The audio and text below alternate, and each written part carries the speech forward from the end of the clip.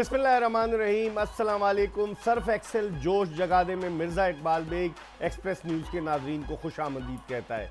Cricket का मेला HBL PSL की सूरत में जारी है और आज इस मेले का 8वां दिन है और आज नेशनल स्टेडियम कराची में एक मरतबा की चैम्पियन कोयटा ग्लैडिएटर्स और एक मरतबा की चैम्पियन पेशावर ज़ल्मी की टीमें मद्दे मुकाबले होंगी। सख्त और दिलचस्प कांटेदार मुकाबले की तवक्को है दोनों टीमों के दरमियान। और चूँकि ऑफ स्पिनर मुजीबुर रहमान भी वापस आ गए तो उनकी प्रेजेंस जो है वो किस हद तक रोल प्ले करती है अपनी टीम की फतह में। कल जो मैचेस खेले गए, कल 2 मैचेस खेले गए। पहले मैच में मुल्तान सुल्तान्स की टीम ने इस्लामाबाद यूनाइटेड को 52 रन से शिकस्त दी और उसके बाद कराची किंग्स और लाहौर कलंदर्स का मुकाबला एक यकतरफा मुकाबला साबित हुआ, जिसमें लाहौर कलंदर्स की टीम को 67 रन से शिकस्त हुई और सिर्फ 118 रन बना सकी लाहौर कलंदर्स की टीम। आज के मैच के हवाले से डिस्कस करेंगे, थोड़ी सी कल के मैच के हवाले से भी बात करेंगे। हमारे दोनों एनालिस्ट, दोनों साबिक मौजूदा टेस्ट क्रिकेटर्स, मैं साबिक इसलिए नहीं कहूँगा कि दोनों क्रिकेट खेल रहे हैं, दोनों टेस्ट क्रिकेटर्स 2009 में अहमद शहजाद ने भी अपना इंटरनेशनल कैरियर शुरू किया और उससे पहले 2008 में खुर्रम मंजूर ने अपना इंटरनेशनल कैरियर शुरू किया। जो इनके कैरियर का पहला वनडे मैच था वो वहाब रियाज के कैरियर का भी पहला वनडे मैच था। तो खुर्रम मंजूर और अहमद शहजाद दोनों हमारे साथ मौजूद हैं। इनसे हम आज के मैच के हवाले से शुरू करते हैं। खुर्रम, सबसे पहले बताइए, आज कोयटा ग्लैडिएटर्स और पेशावर ज़ल्मी, किसका पल्ला भारी आपको नज़र आता है बज़ाहिर? देखिए, बज़ाहिर तो मुझे ऐसा लग रहा है मुझे ऐसा लगता है कि कोयटा आज मैच जीतेगी, क्योंकि जिस तरह का वो मैच लास्ट खेली है तो उससे कॉन्फिडेंस लेवल ऊपर जाता है। ख़ासतौर कि एकदम से आप बैकफुट पे हो गए थे मैच के शुरू ही पोस्टर में, एकदम से सडन जिस तरह की इनिंग खेली कैप्टन ने और सडन आपने कमबैक किया और इतना अच्छा कमबैक किया कि आप मैच ही ले गए पूरा, क्योंकि ऐसे ही मैचों को बोला जाता है कि हारा हुआ मैच जीत गया। जहाँ तक रही बात ज़ल्मी की, आज एक चीज़ है कि ज़ल्मी का मुझे ऐसा लगता है राजा पक्सिंग आज बैठेंगे और उनकी जगह मुजीबुर रहमान खेलेंगे। राजा पक्से तो बैट्समैन है और मुजीबुर रहमान क्योंकि देखिए बैट्समैन तो रदरफर्ड तक आ रहा है, फिर नीचे खुद भी काफ़ी लंबी निशम तक बैटिंग करते हैं, एज ए ऑलराउंडर खेलते हैं तो वो कर भी ऐसा कुछ नहीं रहे। दोनों मैचों में उन्होंने कुछ ऐसा खास नहीं किया, फिर उनका नंबर बहुत नीचे आता है। तो उसके बाद निशम आते हैं तो उनको ऊपर करके पावेल हैं तो वो भी उसका एडवांटेज, उसको अभी एक नंबर ऊपर जा सकता है। तो मुझे ऐसा लगता है मुझीब को इन्होंने खिलाना तो है, क्योंकि एक तो इस सर्कल में बॉल करता है, फिर एक उसकी रेपुटेशन है पूरी दुनिया के क्रिकेट में, अच्छी नया बॉल, डेप्थ में बॉल कहीं भी, और बड़े से बड़े बैट्समैन को अच्छे तरीके से हैंडल करना। मेन चीज़ ये स्पिनर बहुत कम होते हैं जो बड़े नाम को हैंडल कर लें। सही, तो ये उसका कंट्रोल है, एडवांटेज है जो पेशावर उठाना चाहिए। अहमद, आपकी क्या राय है? आप समझते हैं मुजीबुर रहमान के आने से पेशावर ज़ल्मी की बॉलिंग और बेहतर हो गई? वहाब रियाज तो उनके एस बॉलर हैं, लेकिन मुजीबुर रहमान दुनिया भर की लीग्स खेलते हैं, उनके आने से कितना फ़र्क पड़ेगा? जी बिल्कुल, मुजीब तगड़े बॉलर हैं और सर्कल में भी बॉलिंग करते हैं, नीचे भी करते हैं। और looking at Peshawar Zalmi bowling attack, I think वो फिट इन होते हैं आराम से। और अगर इनकी करंट टीम भी देखी जाए कि किसकी जगह आते हैं, ऑफ कोर्स उनमें एक ही नाम बचता है, राजा पक्सा, जो लाइक अगर देखा जाए सेंसिबली इनकी जगह इनको आना चाहिए। बट अगेन वहाँ की जो मैनेजमेंट है, लेट्स सी वो क्या करते हैं। On the other and I think Quetta के लिए और पेशावर दोनों के लिए बहुत इंपॉर्टेंट मैच है। पहला मैच हो रहा है, हमेशा से टसल वाले मैचेस होते हैं, हमेशा से बड़े नेल बाइटिंग मैचेस होते हैं और क्राउड बहुत एंटरटेन होता है इनके मैचेस से। तो आज के मैच के बाद थोड़ा सा आइडिया हो जाएगा कि कौन सी टीम कहाँ खड़ी है इस टूर्नामेंट में। लेकिन अहमद, आप क्या समझते हैं, अब्दुल वाहिद बंगलजई को आज भी मौका मिलेगा कि नहीं मिलेगा? आई थिंक 2 मैचेस में वो नाकाम रहे। मैं आपको थोड़ा सा बता दूं, 1-2 मैचेस से ऐसा होता कुछ नहीं। एज अ प्लेयर अगर आप मुझसे पूछें कि मुझे कोई 2 मैचेस बाद निकाल देगा तो आई थिंक ये थोड़ी ज्यादती होगी। जब आप किसी प्लेयर को लेते हैं तो फिर उनको फुली इंडोर्स और बैक करना चाहिए। जहाँ तक बंगलजई की बात है, आई थिंक वो आज खेलेंगे। उमर अकमल ड्रॉप हो रहे हैं। उमर अकमल ड्रॉप हो रहे हैं भाई, इन्होंने ब्रेकिंग खबर दे दी अहमद शहजाद ने कि उमर अकमल ड्रॉप हो रहे हैं। अभी तक तो यही जो खबर है, ड्रॉप हो रहे हैं। इन्होंने कहा हो नहीं सकते, हो रहे हैं। खुर्रम, लेट्स सी सर, अभी टॉस होगा और फिर प्लेइंग टीम सामने आएगी 6:30 बजे। क्योंकि देखिए ऑनेस्टली बात की जाए, देखिए उमर अकमल से वैसे नहीं खेला जा रहा जो एक उनका पहचान है, क्योंकि मुझे कहीं ना कहीं ऐसा लगता है कि वो बहुत ज़्यादा जल्दी कर रहे हैं कि चौका मार के बाउंड्रीज पे बाउंड्रीज मारने की कोशिश कर रहे हैं, बहुत ज़्यादा पिच पे आके एक होता है ना Over बस excited. जल्दी से 30-35 करूं, फिर मैं अपने कंफर्ट जोन में आऊं, फिर मैं गेम को लंबा करूं। मगर कहीं ना कहीं आपको जब इस पैच से आप गुजर रहे होते हैं, थोड़ा सा आपको टाइम देना पड़ता है पिच पे, ताकि आपको टर्म्स एंड कंडीशन आपके फेवर्स में आना शुरू हो। मगर वही वाली बात है कि मुझे ऐसा लगा, देखें आप कोई 20-25 वनडे या T20 या टेस्ट तो खेले हुए नहीं है, आप मैच्योर क्रिकेटर हैं। आपने पाकिस्तान के लिए भी काफी 2007 से खेल रहे हैं। आप इस तरह की क्रिकेट में हर जगह तकरीबन इन्वॉल्व रहे हैं, खेल रहे हैं। मगर आपका कॉन्फिडेंस थोड़ा सा शेक हुआ है, तो आप खुद ही अपने आप को गिराते हो, खुद ही उठाते हो। तो मेरा यही होगा उनको मशवरा कि थोड़ा सा टाइम ले। देखें ऐसा पैच आता है प्लेयर पे कि बड़ी इनिंग नहीं लग रही, मगर इसका मतलब हरगिज ये नहीं है कि मैं जल्द से जल्द बाउंड्रियां मारूं और 30-35 करके फिर मैं कंफर्ट जोन में आऊं। ठीक है। अहमद, मार्टिन गप्टिल ने क्या शानदार इनिंग्स खेली, जिसकी वजह से गुज़िश्ता मैच में कोयटा ग्लैडिएटर्स फतह से हमकिनार हुई। Martin Guptill versus Mujeebur Rahman, क्योंकि इनिंग्स ओपन करेंगे गप्टिल और मुजीब यकीनन अगर वो खेलते हैं तो गेंद बॉलिंग ओपन करेंगे। कितना दिलचस्प मुकाबला होगा इन दोनों के दरमियान। देखिए सेंचुरी के बाद गप्टिल को कॉन्फिडेंस तो बिल्कुल आया होगा। उससे पहले हम देखें कहीं भी उन्होंने कोई परफॉर्मेंस नहीं की है, और उस दिन जो उन्होंने सेंचुरी की है एज अ बैट्समैन, उनका जो कॉन्फिडेंस लेवल है बहुत हाई होगा। बड़ा इंटरेस्टिंग बैटल देखने को मिलेगा। जहाँ तक उनकी बैटिंग लाइन की बात है क्वेटा की, आई डोंट थिंक कि गप्टिल के अलावा किसी ने भी चिप इन की है। सबके ही परफॉर्मेंस ड्राई निकली है, और उसमें से किसी एक को सिंगल आउट कर देना, I don't think that's the right thing. But again team के कॉम्बिनेशन के लिए ज़रूर चिप एंड चॉप करना चाहिए, लेकिन फिर भी अगर जीत के ये चेंज कर रहे हैं तो मुझे थोड़ा सा जल्दी लगेगा।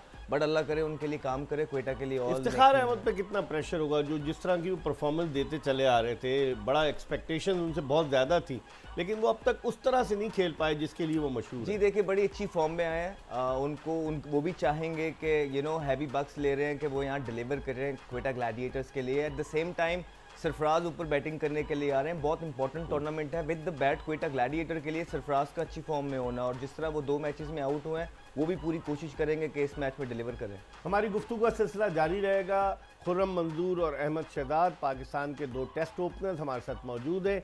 सर्फ एक्सेल जोश जगादे में एक ब्रेक ले रहे हैं, और ब्रेक के बाद वापस आएंगे तो मज़ीद डिस्कस करेंगे आज जो मैच कोयटा ग्लैडिएटर्स और पेशावर ज़ल्मी के दरमियान खेला जाने वाला है। इस मैच के हवाले से बात करेंगे, हमारा इंतज़ार कीजिएगा।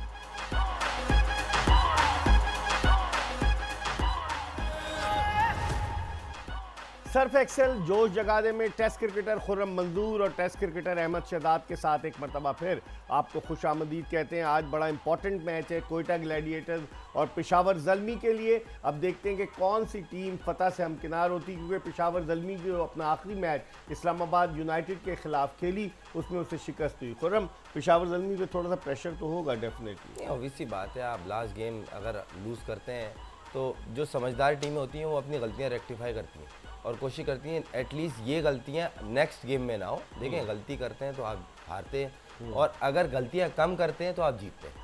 और जहाँ तक रही बात, मैं ये अभी देख रहा था, अगर उमर अकमल बैठते हैं, अगर, वैसे तो मुझे ऐसा नहीं लगता कि शायद वो बैठे, मगर एग्जैक्ट तो नहीं पता, हाँ। हो सकता है बैठने हो। अगर वो बैठते हैं तो मेरा ख्याल है शायद हफीज़ भाई खेले, क्योंकि देखें उमर अकमल जिस तरह का प्लेयर है उसको रिप्लेस उस तरह का ही प्लेयर करेगा, मुझे ऐसा लगता है। और तो नंबर कौन सा होगा हफीज का, अगर हफीज खेलता है? पिछले मैच में तो जो पहला मैच खेला 8वें नंबर पे थे। अगर देखें उस टाइम तो बड़ी सिचुएशन अलग थी, हाँ। मगर वही वाली बात है, अगर अभी वो खेलते हैं तो मेरे ख्याल से 4 या 5 नंबर पे खेलेंगे, और क्या यही लग रहा है मुझे तो। और मुझे नहीं लगता बाकी कोई चेंज इसमें कोई ऐसा लग रहा है कि कोयटा कुछ करेगी, क्योंकि मेरे ख्याल से वो जो फॉरनर्स हैं वो रॉय को तो नहीं बिठाएंगे, रॉय पे डिपेंड कर रहे हैं। जेसन और वो प्लेयर भी ऐसा है, फिर गप्टिल ने 100 कर दिया, तो मुझे नहीं लगता इन दोनों में से कोई चेंज होगा। और बाकी रही बात, मैं विल स्मिथ, मैंने उसकी बैटिंग देखी लास्ट एडिशन जब खेला था, अब तक कोई मैच नहीं खिला है, अभी तक वो नहीं खेले। वेरी गुड प्लेयर, और बड़ा अट्रैक्ट करता है जब वो बैटिंग करता है, तो वो भी एक बेंच पे, ये भी एक सवालिया निशान है कि अगर जेसन एक आध मैच और फ्लॉप होता है तो कुछ भाई नहीं। देखें फ्रेंचाइज जो है ना अभी जीत ढूंढ रही है, तो अब मैंने देखा जिस तरह कराची ने स्टेप लिया, शर्जील को ड्रॉप किया, तो बाकी फ्रेंचाइज भी सोचेंगी, जरूरी नहीं है कि कोई अगर बड़ा नाम है तो हम उसको ड्रॉप करते हुए सोचे। कोयटा ही है जिसने हफीज भाई को रेस्ट करवाया, उसके बाद अब कोयटा ही अगर इनकी कॉम्बिनेशन में नहीं बैठ रहा होगा तो हो सकता है वो फॉरनर्स में से बैठा के विल स्मिथ पे खिला दें, क्योंकि वो रन कर रहा था। अहमद, आप TKC कहते हैं, टॉम कोलर कैडमोर, वो कितना इंपॉर्टेंट होगा आज के मैच में? देखें हैवी रेंज है उसकी, अगर आप उसकी रेंज ऑफ शॉट्स देखें तो चारों तरफ खेलते हैं और एक ही तरह की क्रिकेट खेलते हैं। वो नहीं देखते सर्कल है, सर्कल ख़त्म हो गया या सर्कल नहीं है, और उनकी जो रीच है वो काफ़ी लंबी है। इस तरह के पिच पे लंबी हाइट वाला बैट्समैन जो है ना, उसकी जिसकी रीच अच्छी हो, वो दूर वाले बॉल को भी अच्छे छिक्के मारता है। तो जिस दिन वो परफॉर्मेंस करेंगे, एक बात तो गारंटी है, वो मैच एक साइड पे कर देंगे। वो ऐसा नहीं होगा कि उन्होंने परफॉर्मेंस की और वो टीम के काम ना आई। वो जब भी करेंगे वो ज़रूर करेंगे। दूसरा, उमैर यूसुफ जो है ना, कराची की तरफ अच्छा से प्लेयर है, अभी कैप्टनसी उन्होंने की है T20 में। आई थिंक बड़े अच्छे अपकमिंग प्लेयर हैं। उन्होंने, कराची ने अपना ट्रस्ट शो किया है उन पे, और 4 डे क्रिकेट में भी मैंने उनको देखा है, बड़ी अच्छी उन्होंने क्रिकेट खेली है।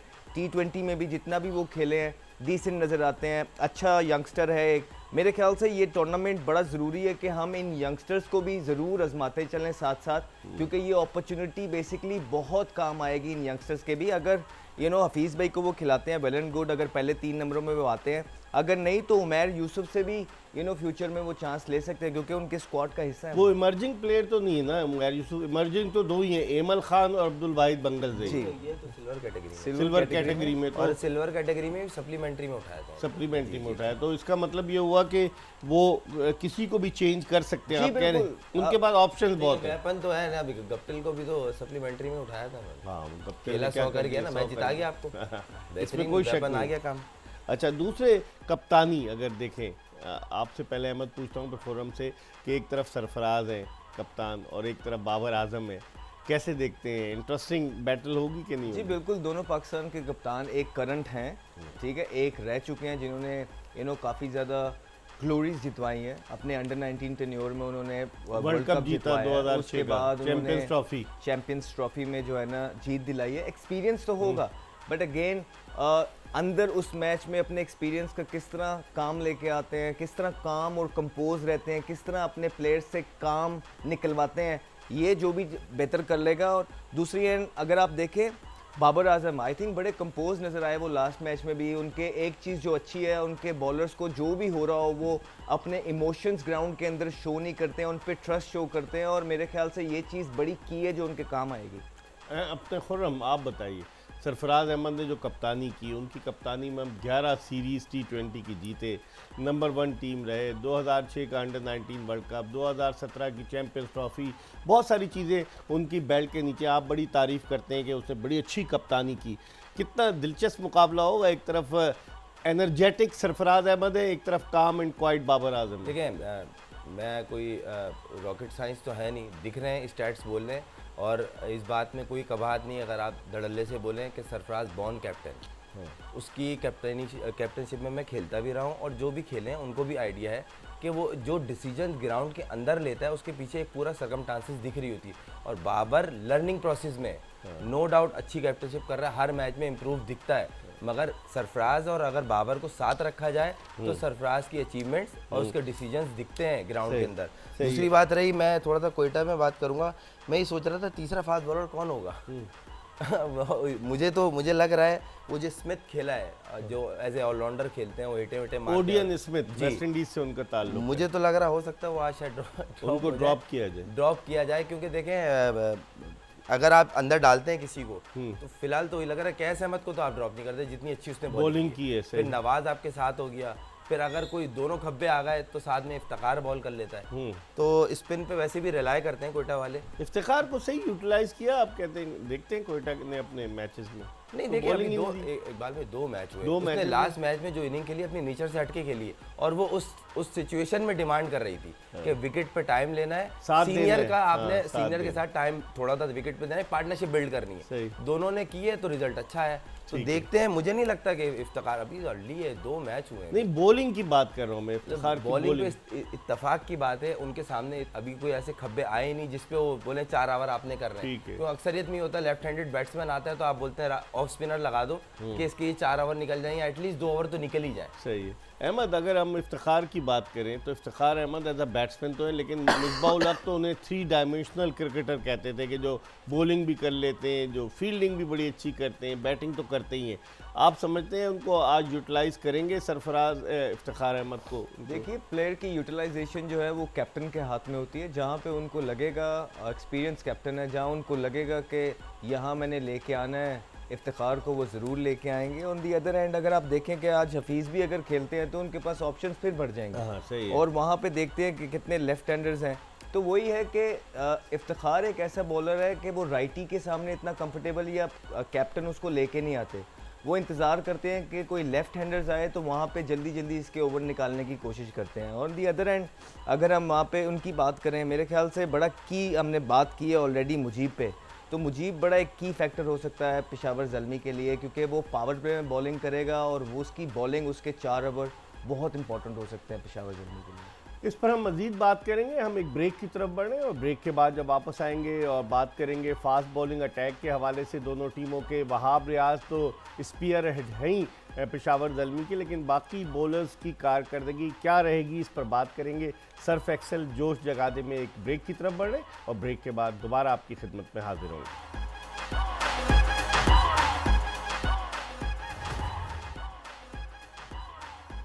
सर्फ एक्सेल जोश जगादे में ब्रेक के बाद एक मरतबा फिर आपको वेलकम करते हैं और हम बात कर रहे हैं आज जो मैच खेला जाने वाला है पेशावर ज़ल्मी वर्सेस कोयटा ग्लैडिएटर्स। और पेशावर ज़ल्मी की ब्रेक पर जाने से पहले मैं जो बात कर रहा था कि पेशावर ज़ल्मी की बॉलिंग को स्पीयर हेड कर रहे हैं वहाब रियाज।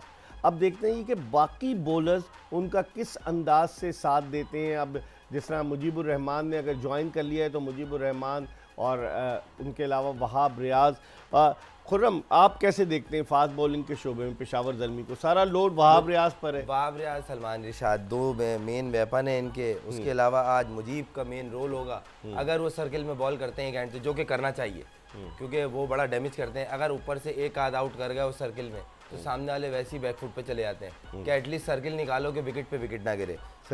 फिर उसके बाद आ जाते हैं, फिर ये निशम पे आते हैं। उसके ओवर होते हैं कि वो सर्किल के बाद उसको अक्सरियत में देखा है, लगाया गया है निशम को, और उससे कोशिश की है कि वो इकट्ठे 4 ओवर निकलवा लिए जाएं क्योंकि वो डेथ में बॉल नहीं कर सकते, उनको हिटें लग जाती है। तो आज थोड़ा सा है दोनों टीमों में एक बोलते नहीं है कि बॉलिंग पे थोड़ा सा लेके ना, जिस तरह हम कोयटा को भी बोल रहे हैं कि तीसरा, मैं बोल रहा हूँ तीसरा फास्ट बॉलर कौन होगा। हाँ। एक सवाल या निशान हसनैन और नसीम शाह के अलावा। हाँ, ये दोनों तो हैं। तीसरा कौन होगा? ऑलराउंडर खिलाएंगे या वो स्मिथ ही खेलेगा, देखते हैं कौन है। तो सेम इधर से भी यही है, हो सकता है यहाँ से आमिर जमाल को चांस ले। हाँ, मैं इस पे आ रहा था, हो सकता है मैं इस पे आ रहा था कि पेशावर ज़ल्मी अहमद बॉलिंग अगर आप देखें पेशावर ज़ल्मी की, वहाब रियाज पे बहुत लोड है, मुजीब आ गए, लेकिन कोई इतना पेनिट्रेटिव बॉलर इस टाइप का नजर नहीं आ रहा। आप समझते हैं आमिर जमाल को चांस मिल सकता है? आई थिंक फिर वही इनका कॉम्बिनेशन सारा ख़राब होगा। ऑलरेडी उन्होंने ये अभी किसी ना किसी तरीके से मुजीब को अंदर करना है, उसके लिए राजा पक से एक बैट्समैन है वो बाहर होगा।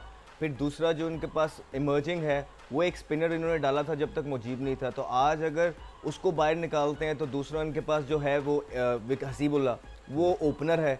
अब उसको ये एडजस्ट कर सकते हैं अपनी बैटिंग को थोड़ा सा लंबा करने के लिए बीच में, क्योंकि मुझे आखिरी मैच में मैंने जो देखा है उनके जो दूसरे इमर्जिंग थे सुफियान मुकीम जी, वो इतने कोई थ्रेटनिंग उनमें कोई रन्स तो कम दिए। हाँ, लेकिन वो ऐसे जितने थ्रेटनिंग नज़र नहीं आए। तो आज क्योंकि मुजीब को वो डाल रहे हैं तो उनके पास एक ऑप्शन हो सकती है हसीबुल्ला को वो मिडिल में कहीं ना कहीं फिट इन कर सकते हैं। आप समझते हैं हसीबुल्ला तो विकेट कीपर बैट्समैन है ना, बलूचिस्तान से उनका वेरी गुड प्लेयर, और ऑन द बड़ा अच्छा खेलता है, लेफ्टी एक तो एडवांटेज। लेकिन एक तो आपके पास वो भी है ना हारिस, विकेट कीपर बैट्समैन। देखें दो चीज़ का एडवांटेज हो सकता है। देखें अगर हसीबुल्ला को डालते हैं आप तो एक तो नवाज है वहाँ से, फिर वहाँ से ये कह लें कि अगर बीच में बॉल करने आते हैं इत्तेफाक, क्योंकि देखें वहाँ से भी अगर आप देखें कि वहाँ के नवाज के बाद जो है ऑलराउंडर में आ जाते हैं वो इफ्तिखार हो गए, या अगर जाहिद का तो मुश्किल ही लग रहा है फिलहाल वक्त।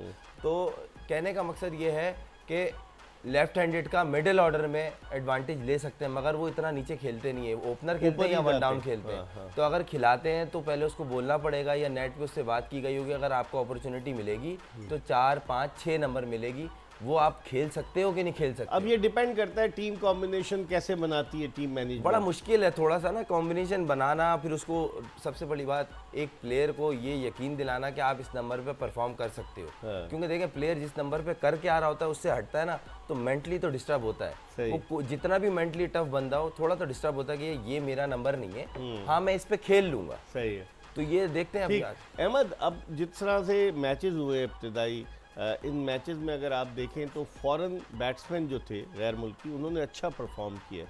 बॉलिंग में आपको एक ही हमें बॉलर नज़र आया एहसानुल्लाह, जो लोगों को इम्प्रेस करने में कामयाब हो। और कौन सा ऐसा आप देखते हैं अब तक के जो मैचेस हैं जिसने इम्प्रेस किया हो अपनी बॉलिंग से भी और बैटिंग से भी? देखिए मुझे तो वो ये ब्रार अच्छे लगते हैं। लाइक मुझे जैसे उनको मैंने देखा कश्मीर प्रीमियर लीग के बाद उन्होंने जिस तरह न्यूजीलैंड के ख़िलाफ़ बॉलिंग की, उसके बाद अब PSL में पहले मैच में की है, मुझे तो वो अच्छे लगते हैं। मुझे उसामा मीर बहुत अच्छे लगते हैं। मुझे लगता है कि वो फ्यूचर प्रॉस्पेक्ट है पाकिस्तान क्रिकेट टीम का। एहसानुल्लाह का आपने नाम ले लिया है। एक बॉलर हैं जिनको मैं ज़रूर अच्छा करते हुए देखना चाहूँगा, वो मूसा खान ऐसा हो। मुझे नहीं लगता अनकरीब उनको अपॉर्चुनिटी मिलने लगी है, बिकॉज आकिब जावेद ने 4 आउट करने हैं।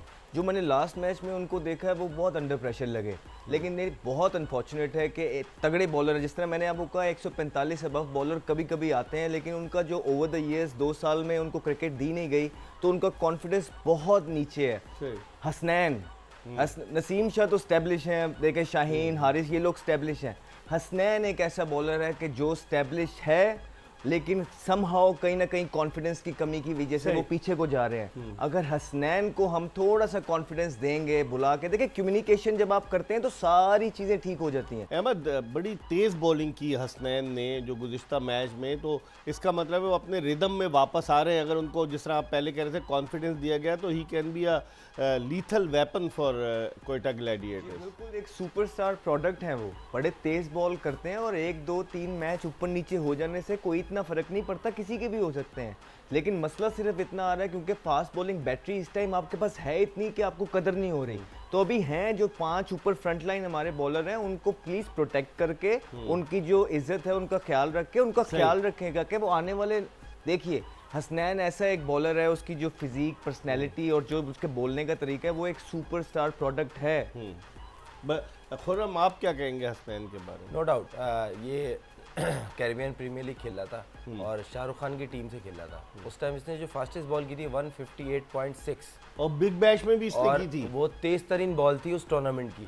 तो उसके बाद से एकदम से इसकी हाइप बनी थी कि यार इतनी तेज बॉलर ये पाकिस्तान का और ये टीम से बाहर। उस टाइम भी वो टीम में कभी इन कभी आउट इस तरह रहता था, कंसिस्टेंट नहीं था। कॉन्फिडेंस नहीं दिया गया ना उसे। नो डाउट और इसमें कोई शक नहीं, पाकिस्तान की बोलते नहीं है कि अब वसीम जूनियर को खिलाए जाते हैं आप, अगर हसनैन को भी तो ट्राई करें यार। पाकिस्तान लकी है इस मामले में, हम लोग खुश नसीब हैं कि हमें इतने तेज बॉलर एक के बाद एक मिलते जा रहे हैं। मगर वही वाली बात, उनकी टेक केयर और उनको किसके खिलाफ कब यूज करना है, ये अच्छे हाथों में जाएंगे तो पाकिस्तान का सरमाया हमारा थोड़ी है। पूरे पाकिस्तान को, अगर कोई पाकिस्तान टीम जीतती है इन केस जैसे वर्ल्ड कप में अभी शाहीन अनफिट हुआ, उसके बाद आप ढूंढ रहे थे कि हम 150 वाला बॉलर, ये ऐसा वेपन कहाँ से लाए। तो जो है 5 6 8 जो भी है, आप उनको एटलीस्ट टेक केयर रखें, उनको पूरे साल का शेड्यूल दें, उनके साथ 1 2 बंदे लगा दें कि भाई आपका इनके साथ मुस्तकिल कोऑर्डिनेशन रहेगा, आप ऑफ ऑन सब इनको बताएंगे भाई आपकी ट्रेनिंग, आपका खाना, आपका पीना, आपको साल में इतनी सीरीज देखा जाएगा। क्योंकि देखें पूरे पाकिस्तान में 6 से 8 बॉलर हैं जो 150 से ऊपर बॉल करते हैं। अहमद क्या कहेंगे? देखिए अभी कुछ दिन पहले की बात है, 6-8 महीने पहले की, कुछ हमारे जो मेन स्टेक होल्डर्स जो है, जिनका जो ओपिनियन बड़ा मैटर रखती है, वो नसीम शाह के बारे में कहते थे कि ये वाइट बॉल के बॉलर ही नहीं है। मुझे ही कहा उन्होंने, ठीक है। तो जब उन पे मेरी इस पे बहस हुई तो वो उन्होंने मुझे बहुत कायल करने की कोशिश की, और अब आप देख लें कि नसीम शाह ने उसी वाइट बॉल से कितना नाम कमा लिया कि उन्होंने अपने पूरे करियर में इतना नाम नहीं कमाया। तो ये जो हम बातें कर रहे हैं ये सिर्फ पाकिस्तान के लिए कर रहे हैं, हमें किसी इंडिविजुअल से कोई लेना देना नहीं। जिस तरह से खुर्रम मंजूर कहते हैं लोग लगा दें, लोग कैसे लगा दें, लोग तो हेड कोच के साथ लग जाते हैं। शाहिद असलम हेड कोच के साथ लग गए, फिर उसके बाद मैथ्यू हेडन के साथ मोहम्मद यूसुफ लग गए, उमर रशीद जो थे वो शॉन टेट के साथ लग गए। तो लोग अगर हम उधर लगाएंगे बजाय प्लेयर्स पर कंसंट्रेट करने के, तो ही पाकिस्तान का फ़ायदा है। इसके साथ ही हमें इजाज़त दीजिए। सर्फ एक्सेल जोश जगा दे की ये एपिसोड अपने अख्तिताम को पहुंची। इंशाल्लाह रात 11 बजे अपने पूरे पैनल के साथ आपसे फिर मुलाकात होगी। मिर्ज़ा इकबाल बेग और एक्सप्रेस न्यूज़ की पूरी प्रोडक्शन टीम को इजाज़त दीजिए। अल्लाह हाफ़िज़।